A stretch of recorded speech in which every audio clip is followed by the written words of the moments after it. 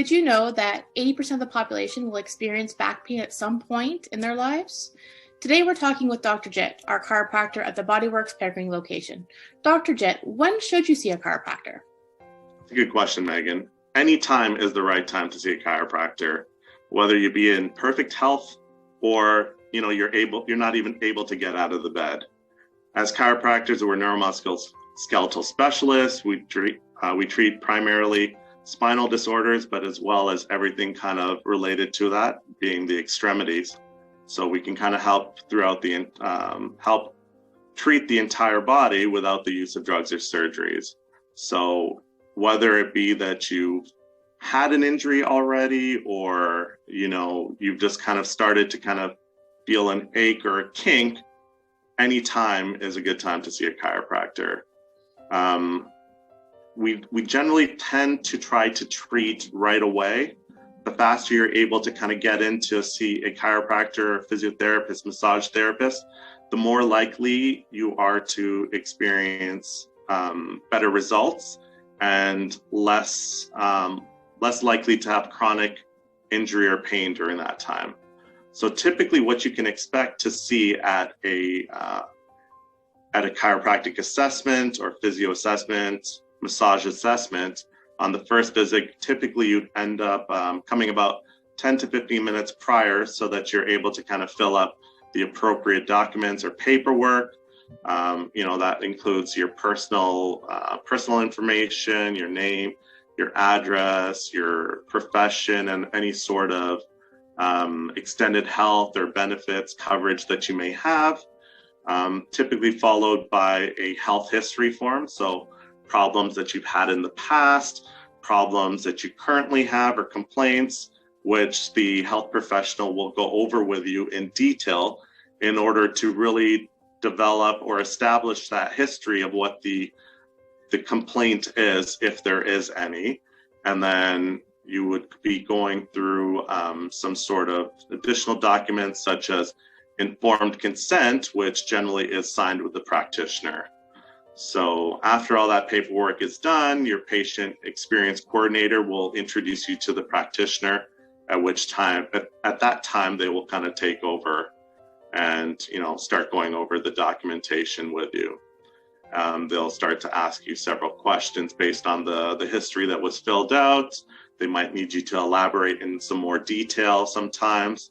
And then they'll finally get that consent with you, and then they'll start going through the examination. So typically in an examination, they would obviously ask you the history. They would ask to look at some ranges of motion. So they're going to get you to kind of move around just to kind of see how you're moving. And again, everyone is designed differently. Everyone has different capabilities. So if I bend this way, that might be normal for one person, but it might not be for another person. So there will be a lot of things that they are looking at.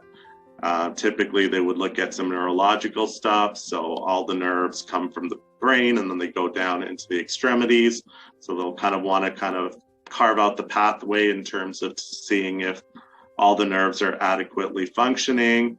They might do some specific orthopedic tests to kind of look at some complaints in certain areas. So say if you have some lower back pain, they might get you to bend, twist, move this way or that way in order to create pain. And I know it sounds bad to try to create pain, but what they're trying to do is they're trying to recreate or mimic that pain that you're typically experiencing to see which muscles, bones, tendons, ligaments are being affected.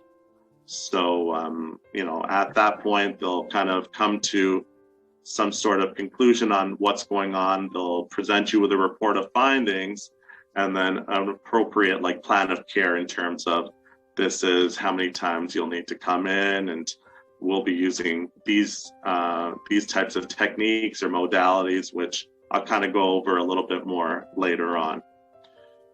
So that's kind of what you would expect to see. But, the first visit is usually the longest visit because, again, we're going over all of that history and all that other pertinent information. One other thing that I did want to kind of mention, depending on what kind of injuries or complaints that you're having, sometimes people are having some leg, knees, hips, or lower back complaints. And sometimes we can kind of relate that to your feet. Sometimes, the feet or the knees or the hip, the joints above and below are what's causing the problems. So sometimes we can prescribe some orthotics, as we have extensive training in the legs and the feet to kind of help treat those things. So we would do a gait analysis, gait meaning watch how you walk.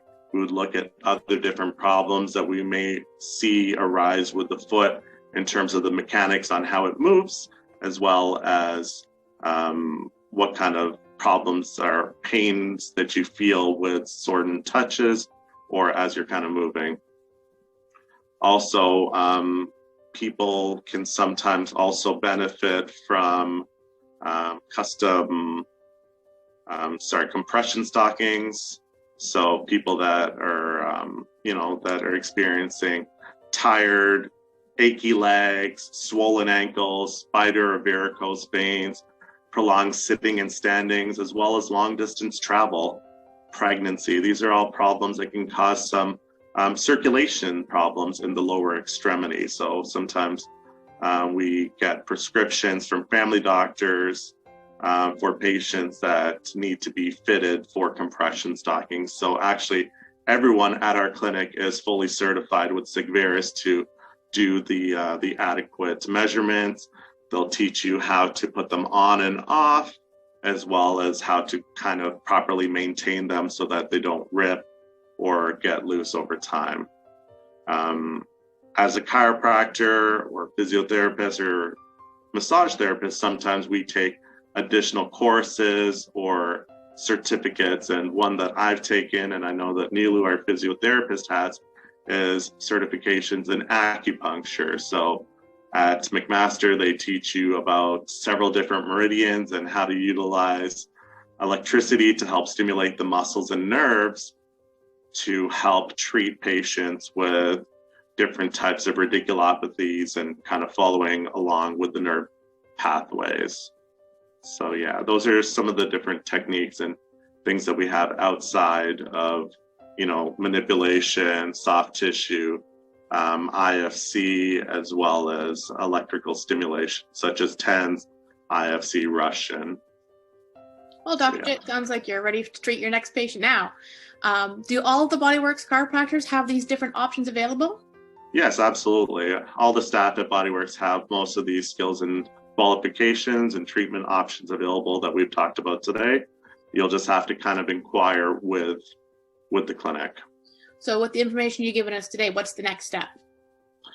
So the next step is you'd want to check out our website, www.bodyworksphysio.ca, or call us at 1-866-7-PHYSIO today to set up an assessment with one of our clinicians. Awesome. Thanks, Dr. Jit, for talking to us about when to see a chiropractor.